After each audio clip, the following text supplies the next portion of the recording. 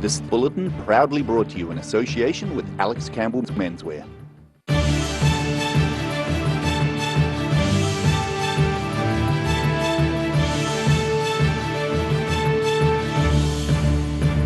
Tonight on the South Today, protesters amass around the country to protest against vaccination mandates. The man who allegedly stabbed 4 people in Dunedin supermarket will have his name suppressed until at least next month. And Central Otago man Wayne Hammond is still missing, 8 days after he was last seen.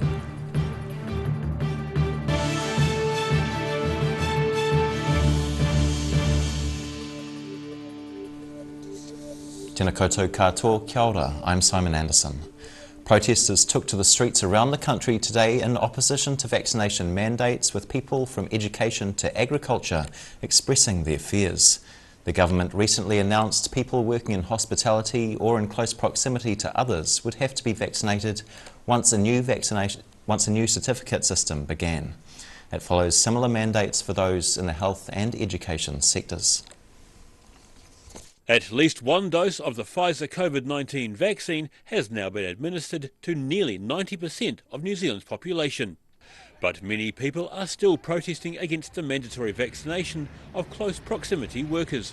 We are rural people, we do things a different way, we don't do it in response to Wellington. About 150 members of the Voices for Freedom group took part in a march in Invercargill this morning for what participants described as a fight for their rights. Riverton woman Irarangi Luke travelled to Invercargill for the protest and couldn't control her emotions. We value our freedom. We do not consent to this crap that they're trying to put us through. We do not consent at all.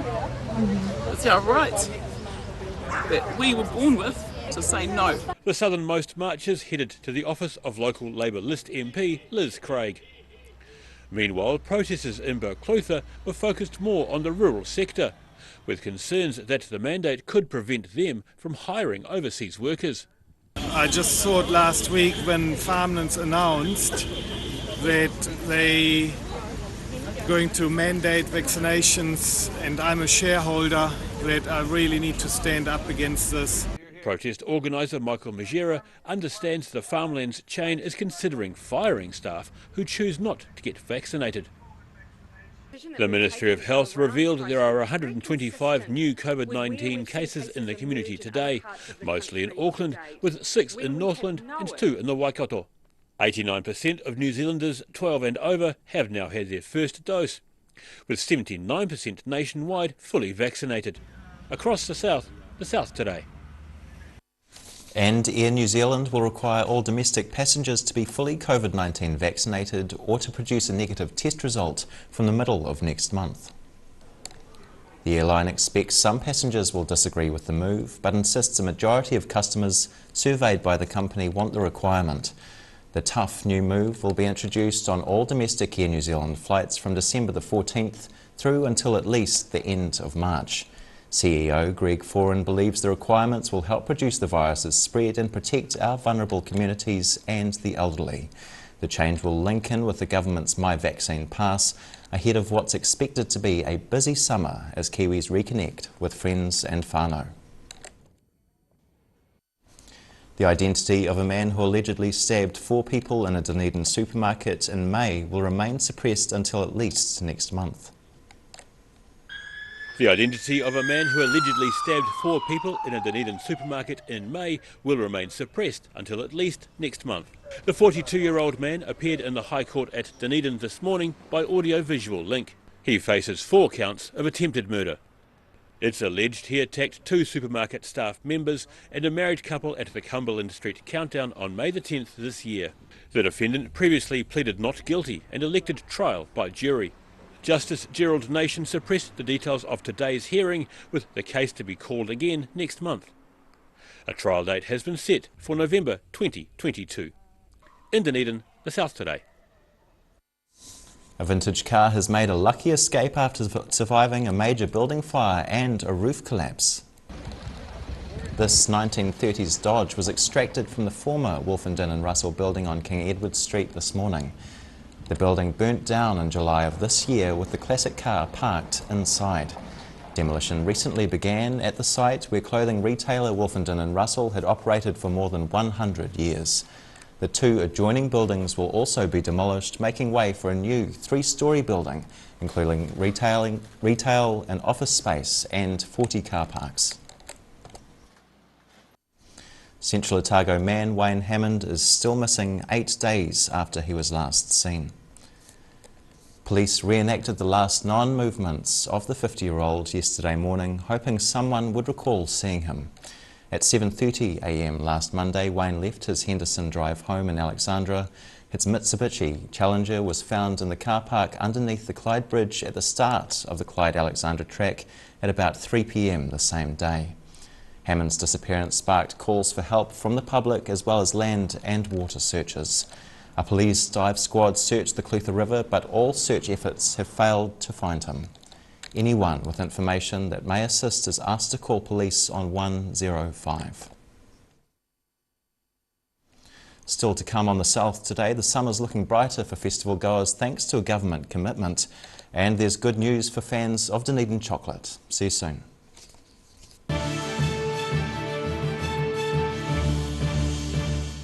All new episodes of Put Some Colour in Your Life are now screening on Channel 39. Take a look at Australian artists and the techniques they use in their studio. Put Some Colour in Your Life, Tuesdays, 7:30. If you're at risk of developing melanoma skin cancer, you owe it to yourself to have a mole map. Mole map is coming to your area. Phone today to make an appointment. It could save your life. Your love lifting me higher than I've ever been lifted before.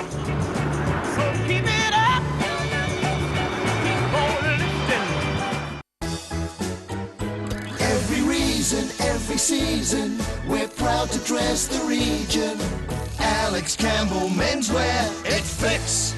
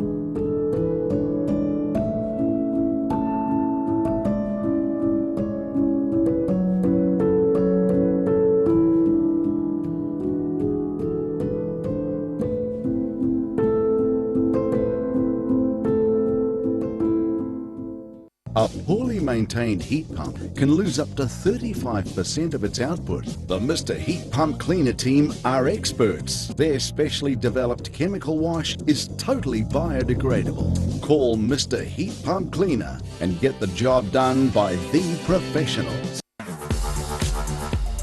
I think the best thing about it is we're all there to ride safely and deliver that message to, some of the kids that are out there, hopefully showcase that riders and drivers can integrate together. So yeah, it's just being part of sharing that message really of riding safely when you're out on the road.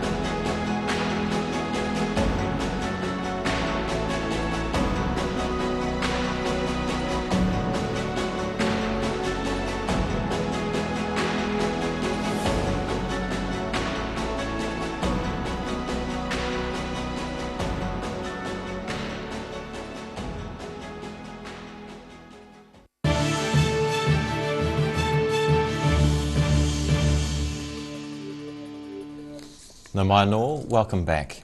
The government is putting its financial weight behind New Zealand's summer festivals. Ticketed events with crowds of more than 5,000 people are being offered financial certainty through a special scheme. Because of a lack of insurance options for festival organisers, the government will cover 90% of unrecoverable costs if qualifying events are cancelled or postponed due to public health measures. Stuart Nash, Minister for Economic and Regional Development, says big summer events are crucial for the country's economic and social well-being. Dunedin-based chocolate company Ocho has 500,000 reasons to celebrate after successfully completing its second capital raise. The revamped business was created 3 years ago as a way of retaining chocolate manufacturing in the city after Cadbury closed. Ocho initially raised $2 million in 2019. Its latest crowdfunding campaign closed this afternoon with another $500,000 in the bank. The craft chocolate company plans to use the money to expand into more retail markets outside Dunedin, helping the business achieve sustainable profitability and growth. One man has raised about $3,000 for Gumboot Friday in the memory of his late friend. Gore resident Sean Letham's legs will be feeling sore after running around the Edendale Rugby Club grounds 56 times, the most he's ever run before. Letham's parents are proud of what Sean has achieved. Yeah, very proud of him. Very, very proud of him. Extremely. So we really hope this will catch on. I know it's the first one, but I hope more people get behind it. The 28-kilometre run was 28 laps short of what Letham initially hoped to complete to raise money in honour of his friend Sam Brown. Brown took his own life earlier in the year before their 42nd birthday and used to tell Letham stories of when he ran ultramarathons. After the break on the South today, Aaron Smith receives a surprise call-up and a Central Otago packing shed is darting into new territory. Ha koko ake nei.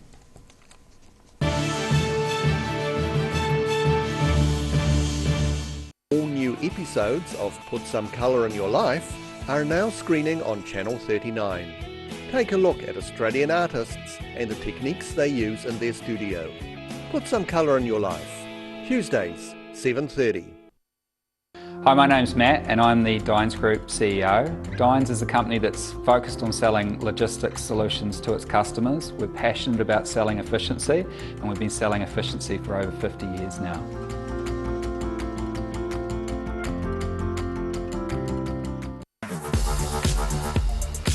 Just plan your route a little bit, choose nice and quiet roads. In the winter it's always nice to ride north and south, that way you get the driest route and less likely to hit black ice.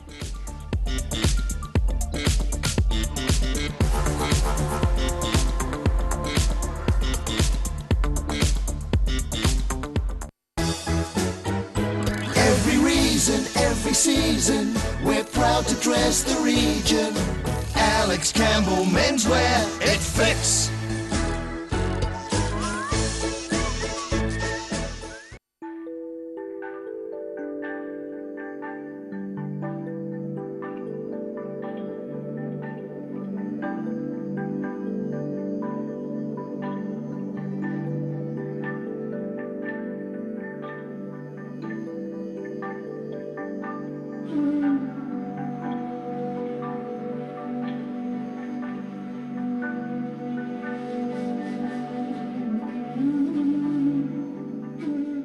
MTF Finance can help you turn the key on your next vehicle with a loan made just for you. TCs and lending criteria apply. If you're at risk of developing melanoma skin cancer, you owe it to yourself to have a mole map.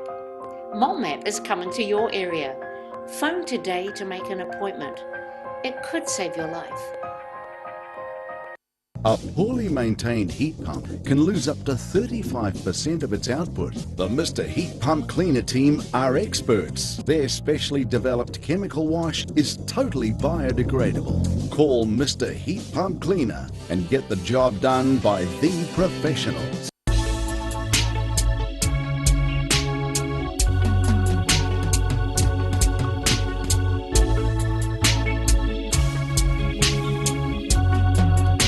What have you got? Okay. Chicks World, party time, excellent. Love it!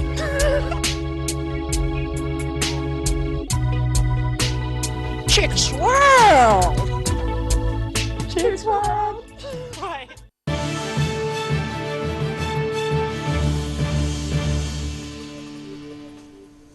Hoki mai noa.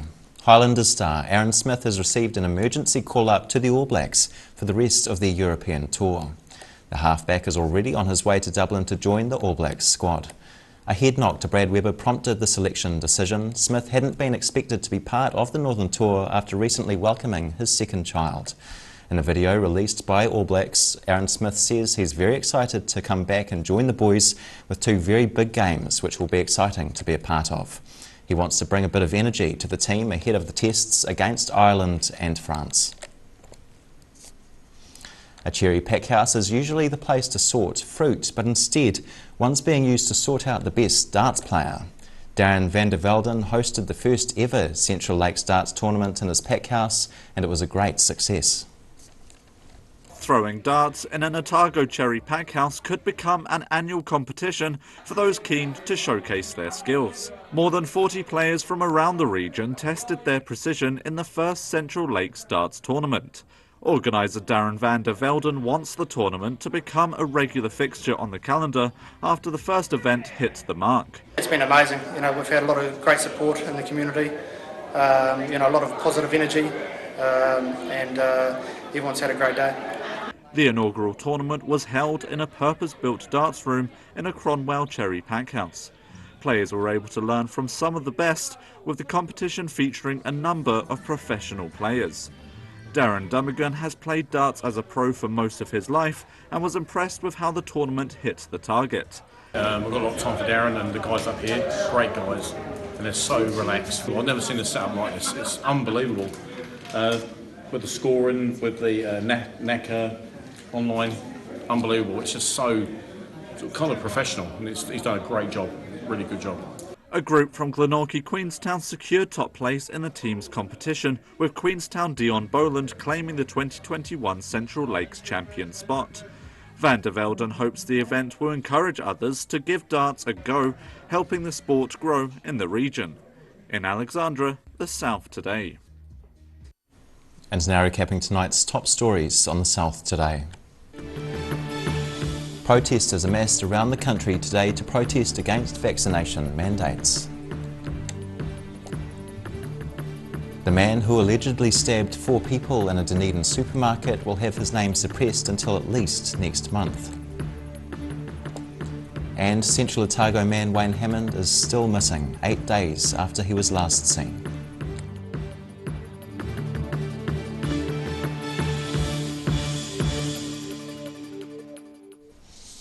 And now for a look at what's happening in tomorrow's ODT, we welcome Deputy Editor Craig Page. Kia ora, Craig. Good evening.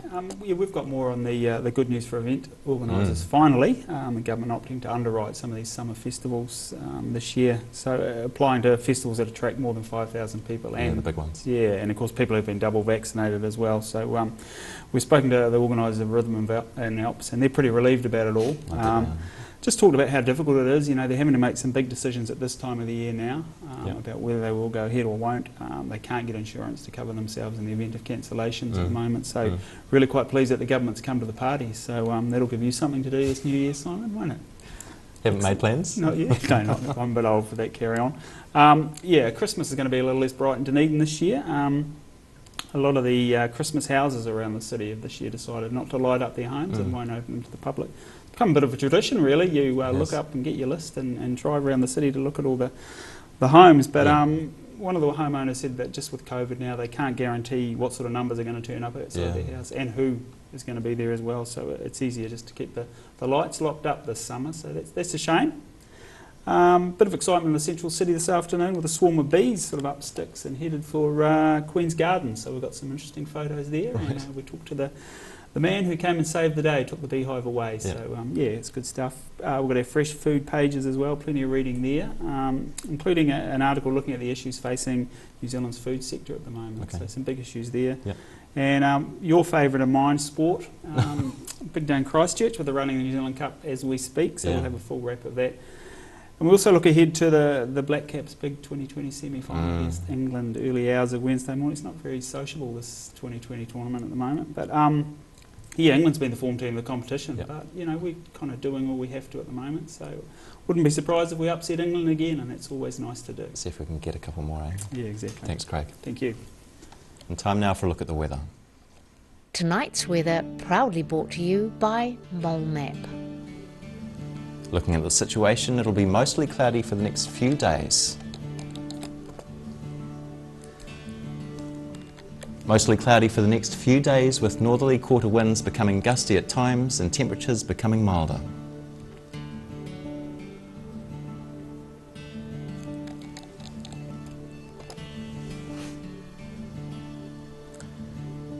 And now heading to the northwest, where indeed it's cloudy in both centres, both on 18 degrees.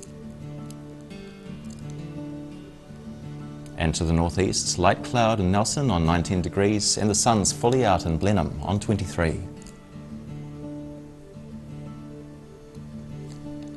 Across to Canterbury, from light cloud in Kaikoura, it thickens as we head down the coast. 17 degrees in Kaikoura, Christchurch reaches 20, and Ashburton reaches 19.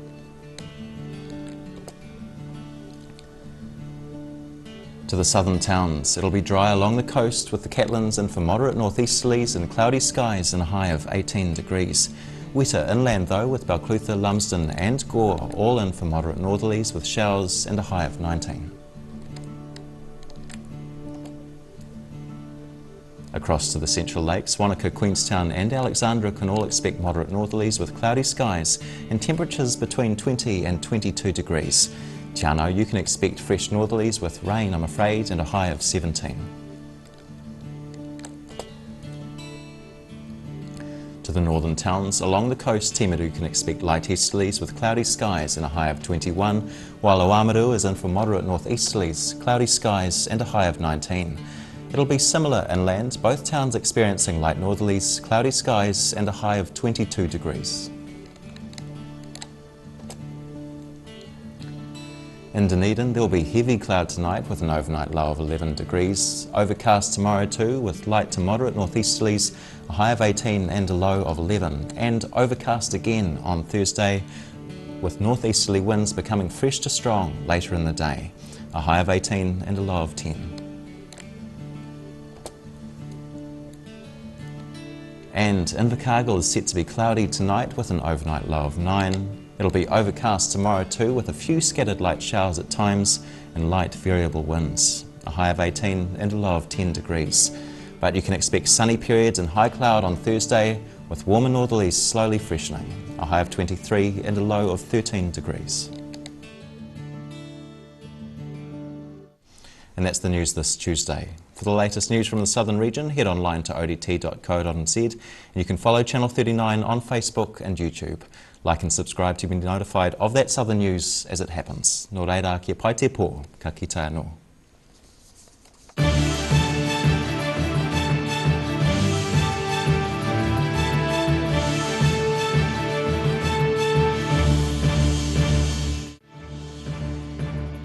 This bulletin proudly brought to you in association with Alex Campbell's Menswear.